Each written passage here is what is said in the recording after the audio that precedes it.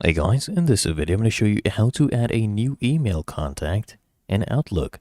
The first thing I want you to do is just open up any inbox email that you have received, and this is the first way. You just right click on the name, okay, on the to or CC or BCC section. Just right click on the name, and then you can click here, add to Outlook contacts. Then you just go ahead and fill in the details. You can add information like company, job title, okay, the display name, phone numbers, things like that. And once you're happy with it, just click here on save and close. Okay, so that's the first way.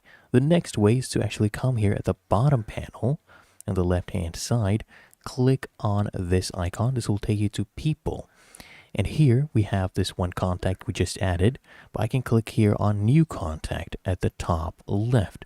So click on new contact, enter their full name. So let me go ahead and type one in, and then you can enter more information.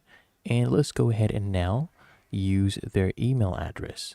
Okay, so there we go. Let's say, for example, we would like to use this email right here. You add that as a contact, click on save and close. Really that easy. If you found this helpful, make sure you smash the like button, subscribe to App Mentor.